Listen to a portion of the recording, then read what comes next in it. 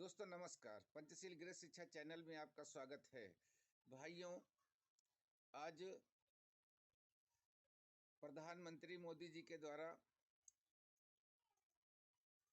जो अयोध्या में प्राण प्रतिष्ठा की पूरी तैयारी हो रही है और उसमें जो कुछ खेल किया गया है, भाइयों, हमारे हिंदू महासभा के राष्ट्रीय अध्यक्ष देवेंद्र पांडे जी आपको सारी चीजें बता रहे हैं। देखिए भाइयों, पूरा राष्ट्र जिनके नाम पर आंदोलित हुआ, तो जिस तरीके की इनकी नीयत मैंने गिनाई, तो मुझे लगता है कि राम लला की मूर्ति का भी इन्होंने गुपचुप तरीके से सौदा कर लिया है। जिस मूर्ति के नाम पर राम लला का मुकदमा चला, जिनके नाम पर, जिनके पक्ष में फैसला हुआ, वो वास्तविक मूर्ति कहाँ है? ये हठधर्मी और तानाशाह व्यक्ति ही मंदिर के गर्भगृह पे जाएंगे और वहां करेंगे, और बाद में इनके चमचे बता देंगे कि मोदी जी की जेब में यशोदाबेन का फोटो था।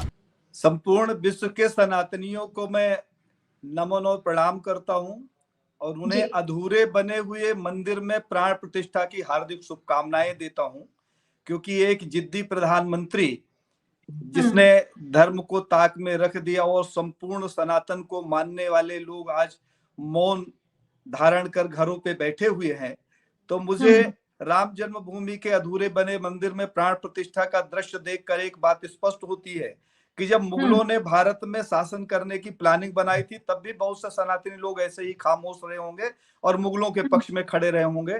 जब अंग्रेजों ने हमारे यहाँ सत्ता स्थापित की अपनी, तो एक व्यापारी के रूप में आए और बहुत से सनातनियों ने उनकी दलाली शुरू की और उन्होंने हमारे ऊपर शासन किया, उनकी सेना में भर्ती हुए। वही दृश्य आज राम जन्मभूमि में हमें देखने को मिल रहा है। मूर्ति की जो बात है, तो मैं बड़ा स्पष्ट कर दूं कि 2 करोड़ की जमीन 18 करोड़ में खरीदी गई। पैसा जनता का था जो रामलला जी के नाम श्रद्धा पे इकट्ठा किया। 1400 करोड़ रुपए के चंदे की चोरी इन्होंने की। वो 1400 करोड़ रुपए मोदी जी के नहीं थे, न किसी और के थे, रामलला जी के नाम पर पूरे धरती में रहने वाले सनातनियों ने एक एक पैसा इकट्ठा करके वहां दिया था। अभी जो दोबारा पैसा इकट्ठा हुआ मंदिर के नाम पर, उस चंदे की तो मैं बात अभी नहीं करूंगा। अभी एक वीडियो वायरल हुआ चंपत राय का कि 1000 चांदी के फूल किसी ने दिए, तो उन्होंने कहा इसको मार्केट में बेच दूं क्या। उनकी नियत स्पष्ट है। उन्होंने स्पष्ट किया कि वो कितने बड़े चोर हैं कि जिनकी नियत रामलला के मंदिर पे लगे हुए सोने के दरवाजे पे जाकर टिक गई। तो इनकी जब नियत स्पष्ट है, जिन सनातनियों ने अपना बलिदान दिया, जिन्होंने आंदोलन किया, जिन्होंने मुकदमा लड़ा, उनकी जब उपेक्षा की जा सकती है, तो एक बात स्पष्ट होती है कि इनका किसी रामलला की मूर्ति से या वहां लोगों की श्रद्धा से कोई लेना देना नहीं है। मुझे तो ये लगता है कि रामलला की वह प्रतिमा जिसके नाम, जिनका स्वप्राकट्य हुआ 1949 में, जिनके नाम पर मुकदमा लड़ा गया, जो त्रिपाल में थे, जिनके नाम पर श्रद्धा जागृत की पूरे राष्ट्र में, पूरा राष्ट्र जिनके नाम पर आंदोलित हुआ, तो जिस तरीके की इनकी नियत मैंने गिनाई, तो मुझे लगता है कि राम लला की मूर्ति का भी इन्होंने गुपचुप तरीके से सौदा कर लिया है। अतिशयोक्त नहीं होगी कि इन्होंने कहीं विदेश में किसी से सौदा कर लिया हो, राम जी की महिमा बताते हुए कि ये राम लला है जो स्वप्रकट हुए, और ये जिस देश में रहेंगे, जिस कंट्री में रहेंगे, वहां राम राज्य की स्थापना होगी, वहां की जनता का भला होगा और हजारों करोड़ रुपए ये इकट्ठा कर सकते हैं। मुझे ऐसा अंदेशा है, ऐसा शक है, इसलिए कि जब बार बार ये बात उठ रही है, आंदोलनकारी उठा रहे हैं। इसका मतलब ये है कि ये जो मूर्ति बदली गई कोई खबर फेक नहीं है। वो जो मूर्ति, एक दो तस्वीरें सर वायरल हो रही हैं, मैं दिखा देती हूँ। एक तस्वीर में वो बाल स्वरूप पे दिखाई दे रहे हैं, और एक तस्वीर जो आई है जो जिसमें उनकी आंख पर पट्टी लगी हुई है, वो 51 इंच की है। उसके लिए कहा जा रहा है कि ये मूर्ति को बदल दिया गया, पहली बात। और दूसरा सर, एक और तस्वीर भी वायरल हो रही है जिसमें उनकी आंख भी खोल दी गई है, पूरी मूर्ति दिखाई जा रही है। उसको लेकर सत्येंद्र दास का बयान भी आ गया है, जो आंख खोल दी गई है वो फेक फोटो है, जिसमें आंख बंदी हुई है वही असल मूर्ति है। और उस मूर्ति का आंख तभी खोला जाएगा जब मोदी जी प्राण प्रतिष्ठा करेंगे। क्या कहेंगे सब? कई सारे सवाल है, काफी कंफ्यूजन क्रिएट हो गई है, कौन असली है कौन नकली। इन्होंने भगवान के आंख में नहीं, संपूर्ण राष्ट्र की आंख में पट्टी बांधने का काम किया है। राम लला की प्रतिमा जो विराजमान है, जो स्वप्राकट्य है, जो आज भी मंदिर की कुछ दूरी पर 100-200 फीट की दूरी पर रखी हुई है, जहां रामलला जी के दर्शन करने लोग जाते हैं। वहां पूरा राम दरबार भी बना हुआ है।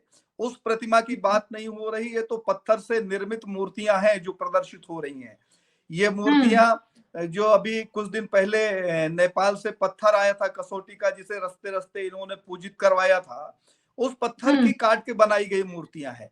इस बात में तो स्पष्टीकरण वहां के ट्रस्टियों को देना चाहिए कि वो वास्तविक मूर्ति जो स्वप्रकट हुई थी, जिस मूर्ति के नाम पर रामलला का मुकदमा चला, जिनके नाम पर, जिनके पक्ष में फैसला हुआ, वो वास्तविक मूर्ति कहाँ है? इस बात का खुलासा तो उन्हें करना चाहिए। हम लोग तो सिर्फ अंदाजा इसलिए लगा सकते हैं कि वहां उनका कब्जा है, वहां उनकी मर्जी के बिना परिंदा भी पर नहीं मार सकता। जी। तो इस बात का स्पष्टीकरण उन्हें देना चाहिए। बहरहाल मुझे इस बात का शक है कि इन्होंने मूर्ति का कहीं सौदा कर लिया है। जिस तरीके से इन्होंने रेलवे बेचा, हवाई जहाज बेचा, भारत के संसाधन बेचे, उसी तरीके से अभी राम के नाम को बेचकर सरकार बनाते थे। अब मुझे लगता है कि रामलला का मंदिर बन रहा है तो इन्होंने राम का ही सौदा कर लिया। अरे सर, बड़ी बात कही आपने।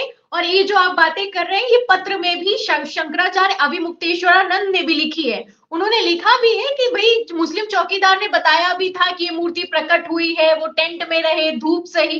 अब सर, ये क्या नाइंसाफी नहीं है? एक तरीके से देखा जाए तो ये धोखा नहीं किया जा रहा है कि आप मूर्ति ही बदल दे रहे हैं। जिस मूर्ति के नाम पर आप, जिस मंदिर के नाम पर मंदिर वही बनाएंगे, उसको लेकर खबर निकल कर सामने आई। संजय राउत के समेत कई नेताओं के द्वारा दावा किया गया कि 3 किलोमीटर दूर बनाया जा रहा है, और अब मूर्ति को लेकर इस तरीके के दावे किए जा रहे हैं कि मूर्ति ही बदल दी गई है। और दावे तो छोड़ दीजिए सर, तस्वीरें भी निकलकर सामने आ गई हैं कि वो बाल स्वरूप था, और ये जो मूर्ति है ये 51 इंच की है। और सर, इसके पीछे एक सत्येंद्र दास का बयान भी है, जो कि खबर में सोशल मीडिया पर वायरल भी हो रहा है। कहना है कि दूर देख नहीं पाते भक्त, वो काफी छोटी मूर्ति थी इसलिए मूर्ति ही बदल दी। अरे, ये कैसे सर लॉजिकल हो सकता है? क्या कहेंगे सर?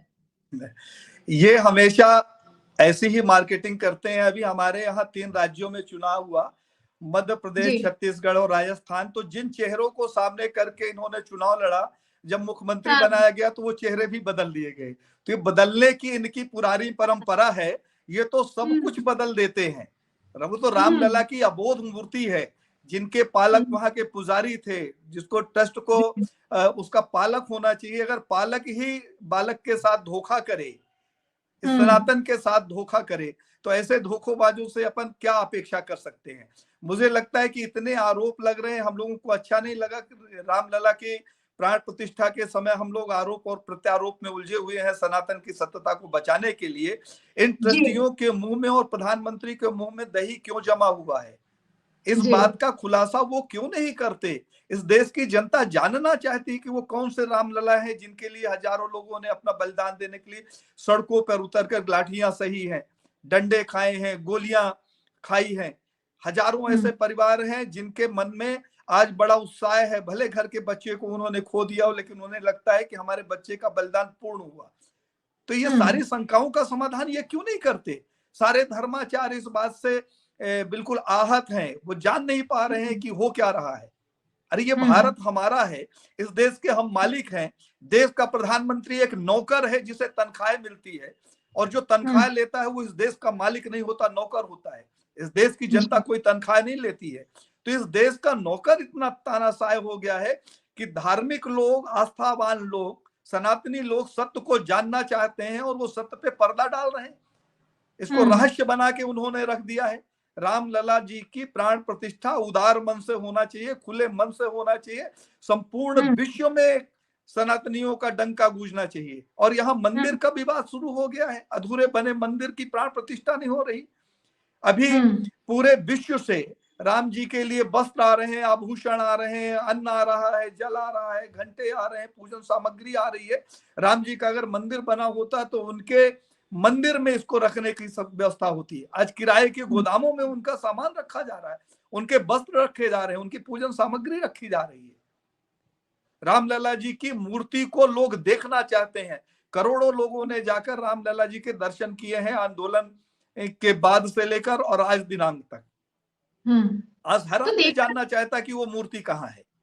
अगर इन्होंने उस मूर्ति का सौदा कर लिया तो उसका खुलासा करें, और नहीं किया तो मूर्ति सामने करें। एक कहावत है कि बाप दिखाओ या श्राद्ध करो। अगर आपके पिताजी जिंदा है तो कहाँ है बताइए, और अगर जिंदा नहीं तो उनका श्राद्ध करिए, तो लोगों को पता चल जाए कि नहीं रहे। हाँ, तो जाहिर सी इन्होंने जो बात किया ठीक नहीं कर रही है। मोदी जी सनातन को इंटरटेन कर रहे हैं, उसके साथ हाँ, एक अच्छा सा मजाक कर रहे हैं, भद्दा सा। पहले यजमान होंगे, लोगों की मानसिकता को उन्होंने परखा, फिर यजमान नहीं होंगे, विरोध को परखा कि विरोध की गति क्या है। और मैं 100% दावे के साथ कह सकता हूं कि ये हठधर्मी और तानाशाह व्यक्ति ही मंदिर के गर्भगृह पे जाएंगे और वहां करेंगे, और बाद में इनके चमचे बता देंगे कि मोदी जी की जेब में यशोदा बहन का फोटो था, तो इसलिए पत्नी का कोरम भी पूरा कर लिया गया। पूजन हमें करना है, आरोप हमारे ऊपर लग रहे हैं, स्पष्टीकरण हमें देना है, और हम मौन हैं। सर जी आप बताइए, आप तो विद्वान है, समझ रखते हैं जो आपने बात कही है, बताइए कि क्या फोटो रखकर भी किया जा सकता है? किया तो अधूरे मंदिर में ही नहीं जा सकता, लेकिन कर रहे हैं तो ये कुछ भी कर सकते हैं, ये हाँ कुछ जी। भी कर सकते हैं। देखिए, धर्म की मान्यता उसके लिए है जो धर्म को मानता है। इस राष्ट्र में बहुत से लोग ऐसे भी हुए हैं जो नास्तिक हुए हैं, तो जो नास्तिक होता है उसे धर्म का संवाद नहीं करना चाहिए, क्योंकि वो धर्म जी। को मानता ही नहीं।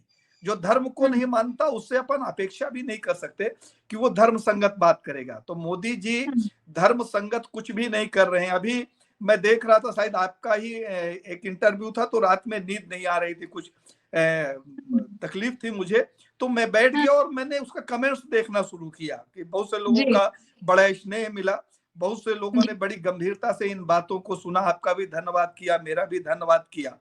जी। लेकिन उसमें बहुत से लोग ऐसे थे जो इस सारे मामले को राजनीति से जोड़ रहे थे।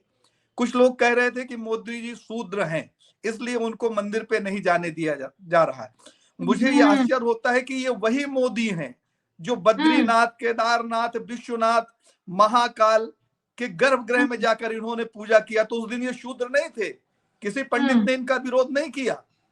तो इस तरीके से ये रूमर फैलाया जा रहा है कि आज शंकराचार्य जो विरोध कर रहे हैं वो मोदी का कर रहे हैं।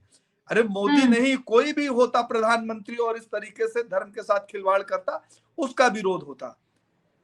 हमारे यहाँ कबीर दास जी बड़े संत हुए हैं, और कबीर जी को हम लोग मानते हैं क्योंकि उन्होंने समाज को हमेशा दर्पण दिखाया है। उन्होंने लिखा था, जाति न पूछो साध की पूछ लीजिए, ज्ञान मूल करो तलवार का पड़ी रहन दो म्यान।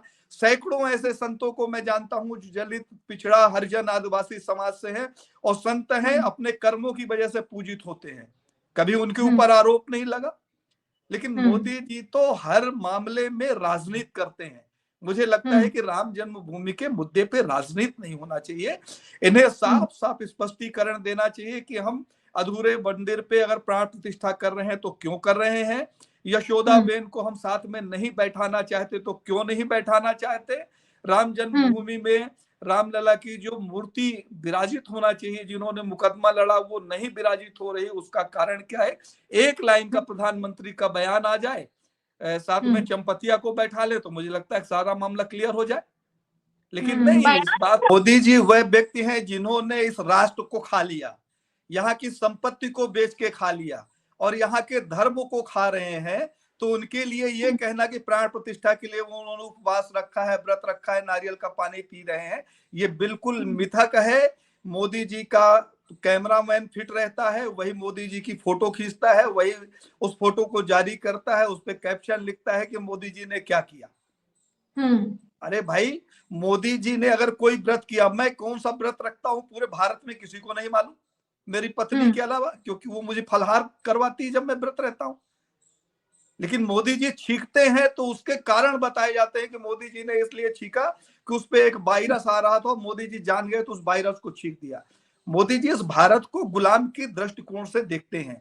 मोदी जी चाहते हैं कि भारत का व्यक्ति उनकी गुलामी का गुणगान करे। जिस तरीके से कोविड के समय उन्होंने थाली घंटी बजवाई, लाइट बंद करवाई, मोमबत्ती जलवाई, उसी तरीके से चाहते हैं कि राम जन्मभूमि के मुद्दे पर भी कोई ना धर्म संगत बात करे, ना शास्त्र सम्मत बात करे, न नीति संगत बात करे। मोदी जी जो करते रहे उस पे उनकी वाहवाही करते रहे। राम जी का छोटा कटआउट, मोदी जी के बड़े कटआउट को पूजित करते रहे और मोदी जी की जयकार करते रहे। मूर्ति बिक गई कि बेची जा रही है, इस बात पे चर्चा नहीं होना चाहिए। तो इस तरीके से जो देश का शासक हो, तो मुझे लगता है कि देवेंद्र पांडे की बात को का आकलन करना चाहिए कि हमने ऐसा क्यों कहा। न्यूट्रल होकर किसी बात का आकलन करना चाहिए।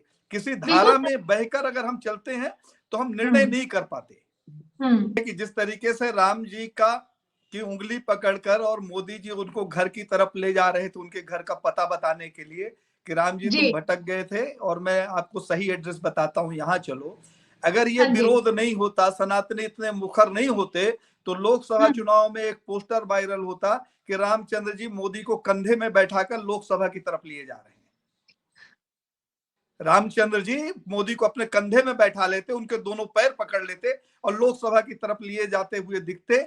ईश्वर ने सतबुद्धि दी सनातनियों को, संतों को, प्रखर वक्ताओं को, जिन्होंने समय रहते अपनी आपत्ति दर्ज करवाई और इन्हें कटआउट हटाने पर मजबूर किया और भविष्य में राम के साथ भाइयों देखा आज राजनीतिकरण हो रहा है और राजनीति उस हद तक जा रही है कि अपने भगवान को दांव पर लगाया जा रहा है। भाइयों आज लोग जान गए हैं कि असली खेल किस चीज़ का हो रहा है। भाइयों जो तिरपाल में काफ़ी दिन तक मूर्ति ने तपस्या किया और मुकदमा झेला, आज उस मूर्ति को कैसे गायब किया गया है। ये भाइयों यशस्वी प्रधानमंत्री जी के बारे में एक कहावत है, मोदी है तो मुमकिन है। भाइयों आज जितने भक्त हैं वो सब घंटा बजाते रह गए और वहाँ अयोध्या में खेल हो गया।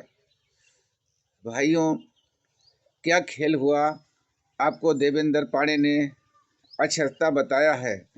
भाइयों आपसे उम्मीद है कि ये वीडियो जन जन तक आप पहुंचाएं और आप इस वीडियो को लाइक व शेयर करें। आपके लाइक व शेयर से हमें सच बोलने की ताकत मिलती है। भाइयों बहुत बहुत धन्यवाद आपको।